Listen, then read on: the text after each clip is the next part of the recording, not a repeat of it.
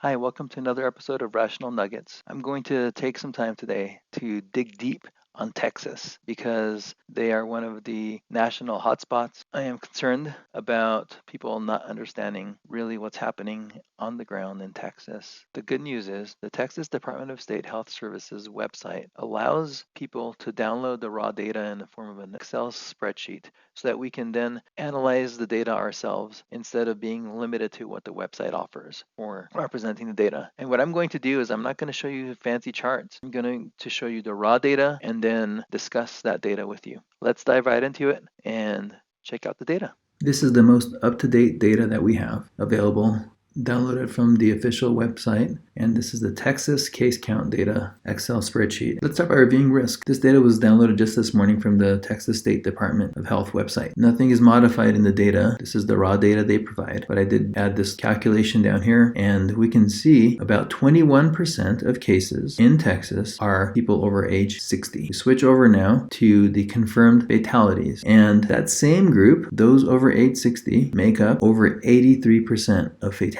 from this virus. Again, back, less than 21% of those infected make up over 83% of the fatalities. And frankly, if I would have included the 50 and over age group, 94% of fatalities would be coming from the demographic of those 50 and over, who make up about 37% of the cases. You can come to your own conclusions about this data. It seems to me the strategy should be that we continue to protect the vulnerable class. Another thing that's very noteworthy, as people are talking about education and getting back to school and what to do with children and youth, you can look at this chart and see that exactly 0% of fatalities come from those under 20 years old. 0. Can something happen there? Of course. The probability is 0. This tab, the trends tab, includes all the raw data straight from the state, but I did add all these columns here from G all the way through P. The reason I did that is because I think it makes it a little bit easier to digest the data. First of all, we can see some trends here. It's interesting to look at the case fatality rate. And remember, what the case fatality rate is the known number of deaths divided by the known number of cases. Keep in mind that the reporting of deaths actually does lag the reporting of cases. There are instances where deaths are reported weeks or even months after they actually happened because they weren't an obvious COVID death. What that means is somebody passed away in a car accident or some other tragic accident, or they died of cancer or a heart attack, a multiple of reasons, and later they determined that this person was COVID, either known or speculated, and record them as a COVID death. Generally speaking, this provides more money to healthcare organizations. Getting back to the topic here, we can see as a general trend, the case fatality rate, we can look at the daily rate, which is in column H here, the daily case fatality rate. So that's just for that day. It's really not a significant number, but I just thought I'd throw it on here. And then we can see the trend of what's happening to the case fatality rate as we look in column G. We can see that the case fatality rate was climbing all the way, right? So at the end of April, and I used April because there's not much data in March. At the end of April, the case fatality rate was average 2.78%. This right here, column H, is the case fatality rate for that day alone. Again, not significant, but I just put it there so we can see it. But the average at the end of April, case fatality rate 2.78%. For the month of April, so April 1st through April 30th, case fatality rate was almost 3%. Another thing that I did, columns K through O, include the total number of deaths in Texas for the years 2011 through 2015. That's a 5-year period, and 2015 is the most current period this data exists for. And so I did some calculations to determine the percentage of fatalities, the deaths in April. So column P here, 5.13% is the percentage of deaths attributed to COVID in April based on the average of deaths in this 5-year period. Anyway, so let's keep going down. So 2.78% case fatality rate cumulative by the end of April, and April's case fatality rate is just under 3%. We keep going down now. Let's look at May. In May, case fatality rate for May, the month of May, is 2.46%. That's 0.5% less case fatality rate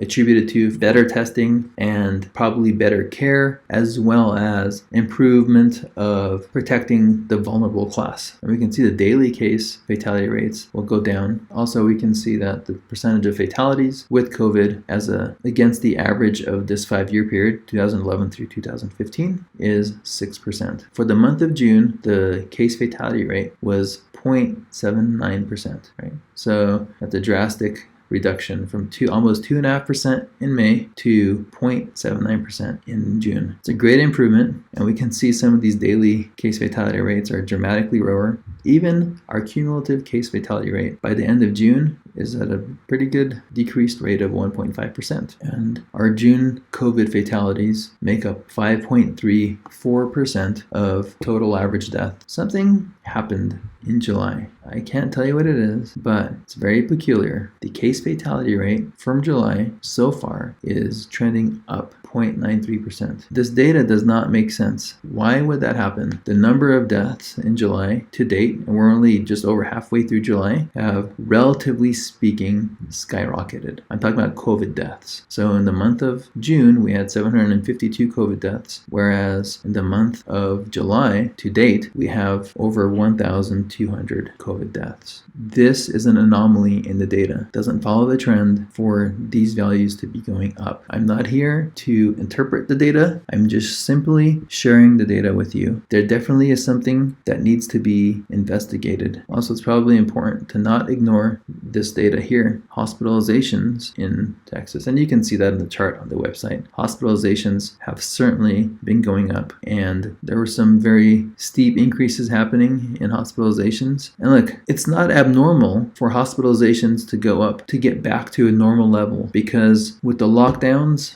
and the government intervention that happened, hospitalizations were at very unnatural levels. And so as the economy and businesses opened back up, people started using the hospitals and medical services again. Sure, things are going to go up, and that's normal. What we need to look at is how much of this is a deviation from normal, and that's the key. Unfortunately, we don't have enough data available to us publicly to determine that. But what we can see is over the past several days, the increase in hospitalization is trending down, which is good news, but we have to keep tracking this. Again, the formula for success seems pretty simple. Protect those who are vulnerable and let the rest have as normal a life as possible. That's it for this Rational Nugget. I hope you found this valuable, and if you did, go ahead and subscribe to the channel and share so that other people can be informed. Also, if you have any questions or comments, please feel free to put them below, and I will do my best to respond. Also, if you have any suggestions on a specific nugget that you would like to see me create, please make that suggestion below, and I'll do my best to create that if I have the data and the ability to do so. I'm out.